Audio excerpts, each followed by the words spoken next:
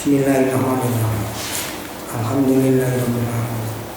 Wassalatu wassalamu ala asyrofil anbiya'i wal mursalin wa ala alihi wa sahbihi ajma'in. Anak-anak sekalian, mari kita belajar tentang ijma', sumber hukum yang disepakati oleh para ulama yang ketiga, ini namanya ijma'.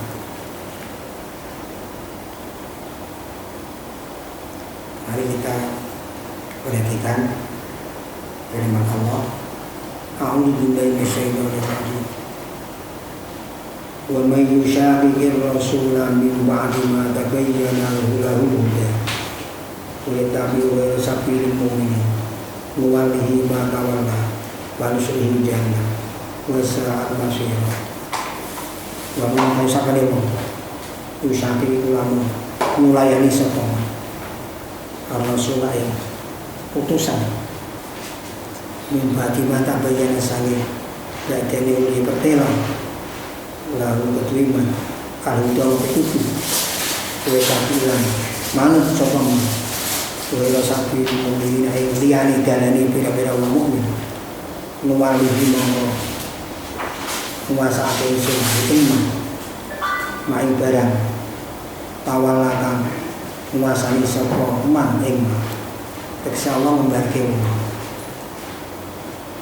ini kesesatane wa nuslilan kebake ingsun ing man sing namae neraka jahanam wa sa'alan saela-elae apa jahanam masih apane nggon bali. Ini intinya orang yang tidak mengikuti Rasulullah dan sabilil mu'minin itu nanti akhirnya jahanam. Itu. Nah, sabilil mu'minin jalannya orang-orang mukmin menurut ahli tafsir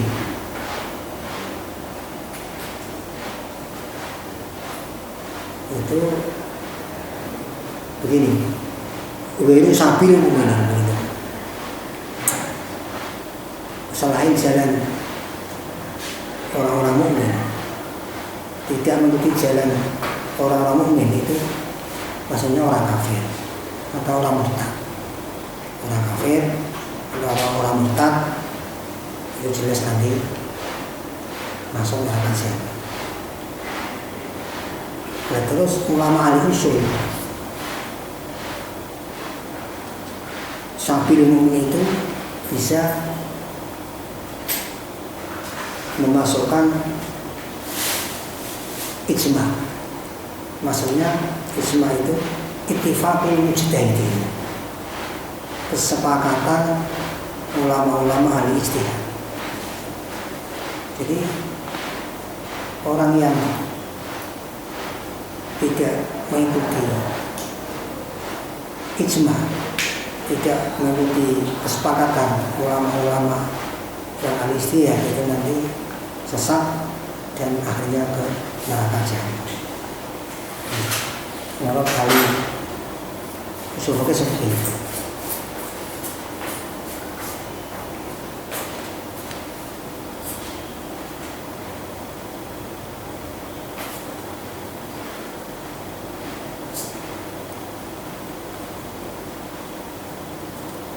Jadi untuk orang-orang yang tidak paham Al-Quran, tidak paham Al-Hadis, mestinya yang mesti orang-orang yang paham, benar-benar paham tentang Al-Quran dan Al-Hadis. Nah, orang-orang yang paham Al-Quran dan Al-Hadis itulah namanya mujtahid. Kalau banyak ya mujtahidin. Kok bedanya sama, yang namanya ittifaqul mujtahidin. Kalau kata ringkas ijma'. Jadi namanya saja ittifaq, kesepakatan. Berarti kalau tidak ada dua orang syukur ma'ruf. Jadi kesepakatan itu paling tidak 2 orang. Kalau hanya 1 orang mengeluarkan fatwa yang namanya ijma.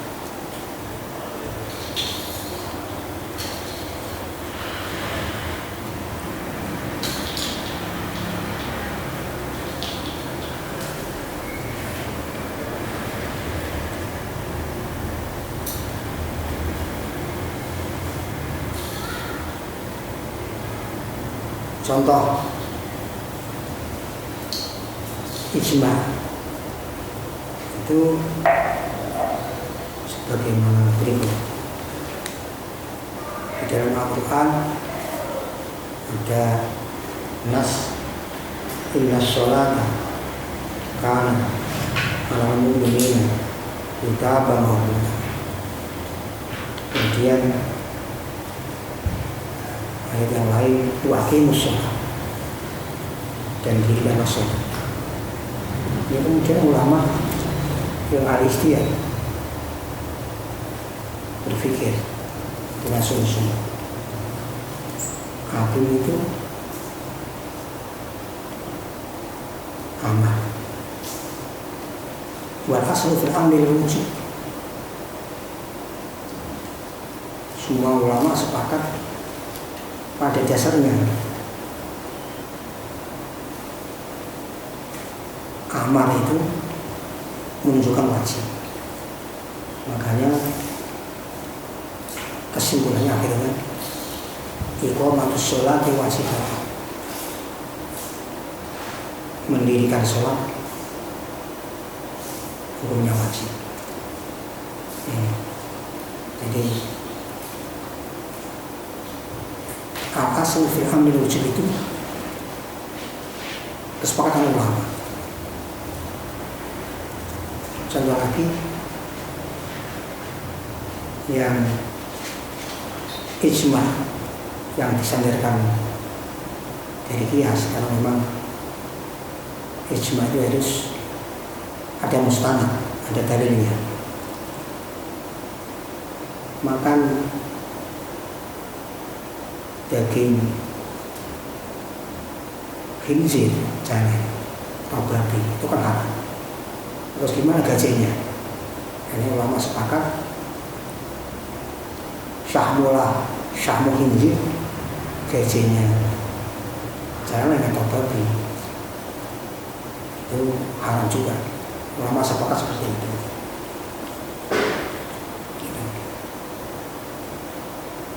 Jadi contohnya ijma seperti itu, masih banyak lagi. Jadi bagi orang-orang yang tidak paham Al-Quran dan hadis, ya mesti harus mengikuti ulama-ulama yang ahli istihad. Karena memang mereka itu orang-orang yang benar-benar paham Al-Quran dan hadis, dan orang-orang yang jujur, orang-orang yang jujur. Itu sudah sepantasnya, sudah seharusnya kita buat panutan. Tadi ayat berarti menunjukkan bahwa ijma itu bisa dijadikan hujjah. Adapun dalil yang lain selain Al-Quran itu hadis. Ma ra'ahu muslimun hasanah wa huwa indahu hasan. Jadi mana ini mau tiap wae ra'au kam negatif ing muslimun sapa tidak beragama Islam hasan yang bagus wa huwa monggo utawi tinggal Allah hasil yang bagus. Apa-apa yang menurut pendapat kaum muslimin baik, maka baik pula di sisi Allah. Hadis riwayat Ahmad dalam kitab Sunnah.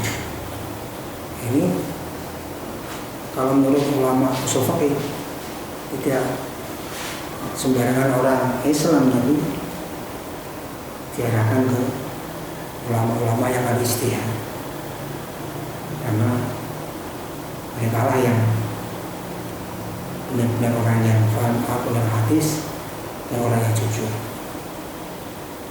Kemudian hadis Nabi yang lain, la tajtami ummati ala dolalah,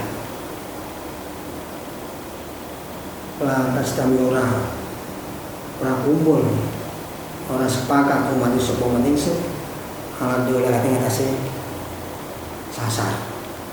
Umatku tidak bersepakat atas kesesatan. Ini umat yang mana? Ini menurut ulama usul ya tadi, ulama-ulama yang ahli ijtihad.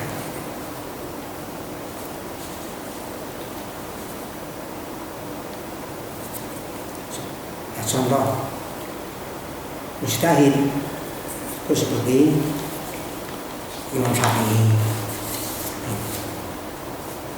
dan lain-lain. Imam Syafi'i memang benar-benar orang yang diberi kelebihan oleh Allah Subhanahu wa Ta'ala dibanding yang lain. Makanya sangat pantas dan harus kita itu mengikuti mazhab Syafi'i tadi. Coba agar kita mengenal Imam Syafi'i.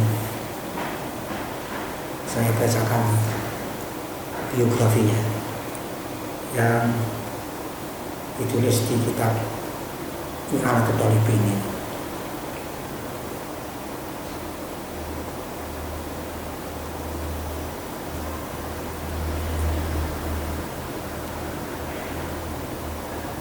Imam Syafi'i, Imam Syafi'i itu Abi Abdillah Muhammad bin Idris bin Abbas bin Usman bin Syafi' bin Sa'id bin As-Sa'id bin Ubaid bin Abdi Yazid bin Hashim bin Abdul Muttalib bin Abdi Manaf.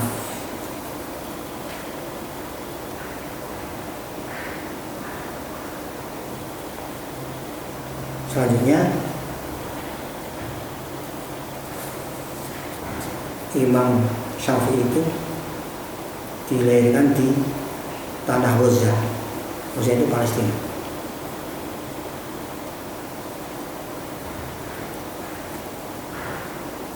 Kemudian dibawa oleh ibunya ke Mekah ketika itu umur 2 tahun dan tumbuh besar di Mekah. Itu belajar agama termasuk menghafalkan Al-Quran. Ketika itu dia baru umur 7 tahun sudah hafal Al-Quran. Ketika umur 10 tahun sudah hafal hadis muwatta yang disusun oleh Imam Malik. Kemudian ngaji fikih pada kiai atau Imam Muslim bin Khalid, mufti Mekah yang terkenal dengan Az-Zanji, Al-Azinji. Kemudian Imam Syafi'i ketika umur 15 tahun sudah diperbolehkan ifta, memberi fatwa, memberi keterangan hukum. Fatwanya diterima oleh orang banyak, diterima para ulama saat itu. Padahal Imam Syafi'i itu keadaan yatim yang diasuh oleh ibunya sendiri. Keadaan fakir, segalanya sulit, tapi kecerdasannya semua belajar luar biasa. Pada akhirnya jadi orang yang benar-benar alim. Sejak kecil rajin belajar, rajin ngaji. Apa yang didengar itu ditulis di tulang-tulang sampai rumahnya dibangun, tulang-tulang yang bertuliskan macam-macam ilmu. Kemudian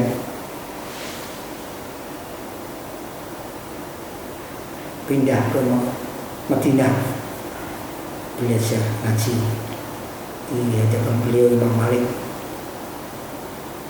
Kemudian pindah lagi ke Baghdad tahun 195 Hijriah.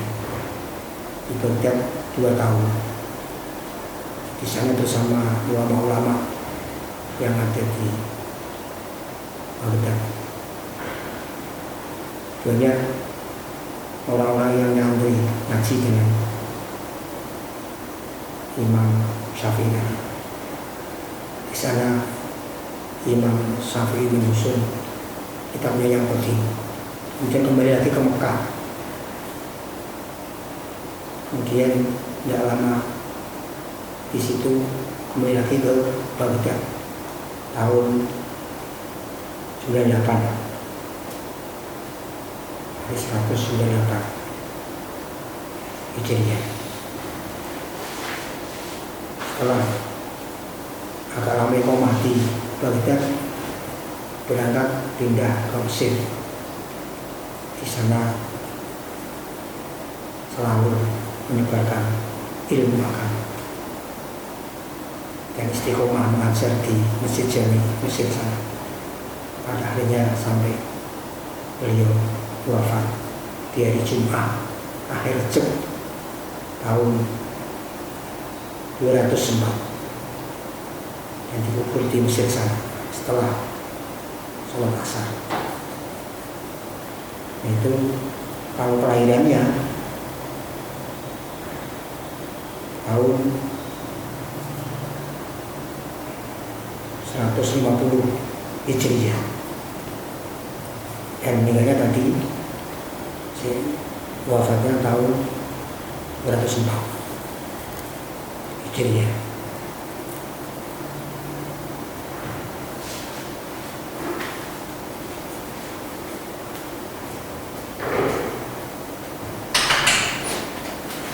Meskipun umur Imam Syafi'i begitu panjang, tetapi ilmunya tersebar luas ke segala penjuru.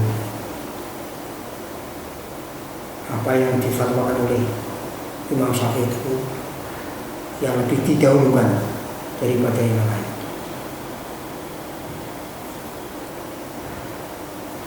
Ada hadis yang bunyinya demikian: alim Quraisy yang mau dibawa ilmu. Di situ ada orang Quraisy yang alim, yang ilmunya tersebar ke segala penjuru. Jadi menurut pemahaman para ulama, orang alim yang disabdakan Nabi tadi adalah ya Imam Syafi'i. Para imam termasuk Imam Ahmad juga berpendapat seperti itu. Orang alim yang dimaksud dalam hadis tadi adalah Imam Syafi'i. Imam Syafi'i itu dari sisi kegiatannya membagi malam menjadi 3 bagian. Sepertiga untuk keilmuan, sepertiga untuk sholat, sepertiga untuk tidur, dan menghatamkan Al-Qur'anul Karim setiap hari. Kalau di bulan Ramadan hatam 60 kali. Semuanya itu dibaca ketika sholat. Beliau Imam Syafi'i pada pernah mendikan, saya itu tidak pernah kenal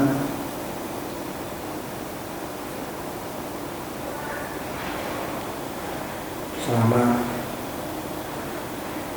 16 tahun. Ya, karena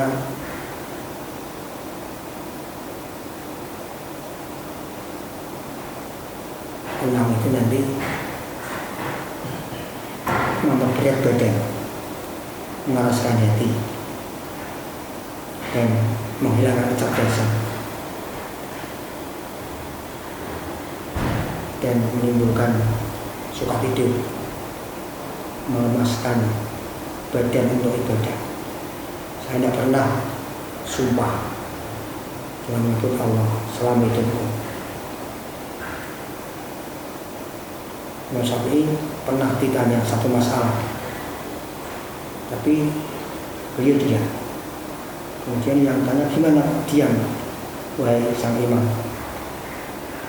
Kata Imam Syafi'i, sebentar, saya kalau berpikir,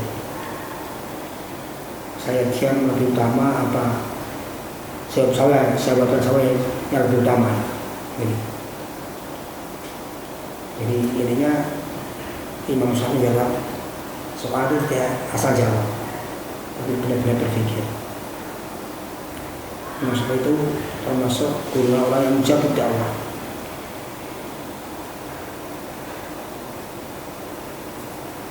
Doanya dikabulkan oleh Allah, dan dia tidak pernah melaksanakan dosa besar dan dosa kecil. Ini contoh seorang mujtahid seperti itu. Kecerdasannya seperti itu, kesolehan. Maka sekali lagi, bagi yang tidak paham Al-Quran dan Al-Hadis, sudah seharusnya mengikuti orang-orang yang benar-benar paham Al-Quran dan Al-Hadis dan yang jujur.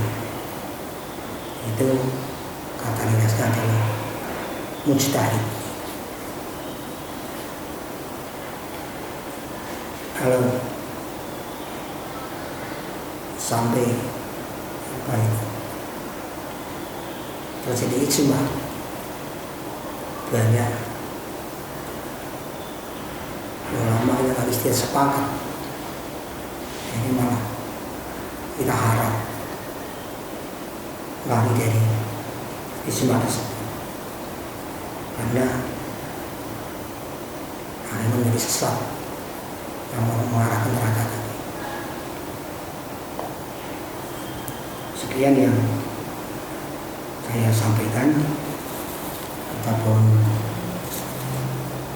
sebagai tugas tadi ayat Al-Quran dan hadis yang dijadikan sebagai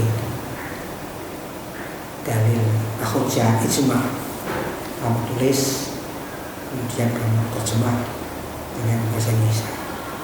Sekian, wassalamualaikum warahmatullahi wabarakatuh.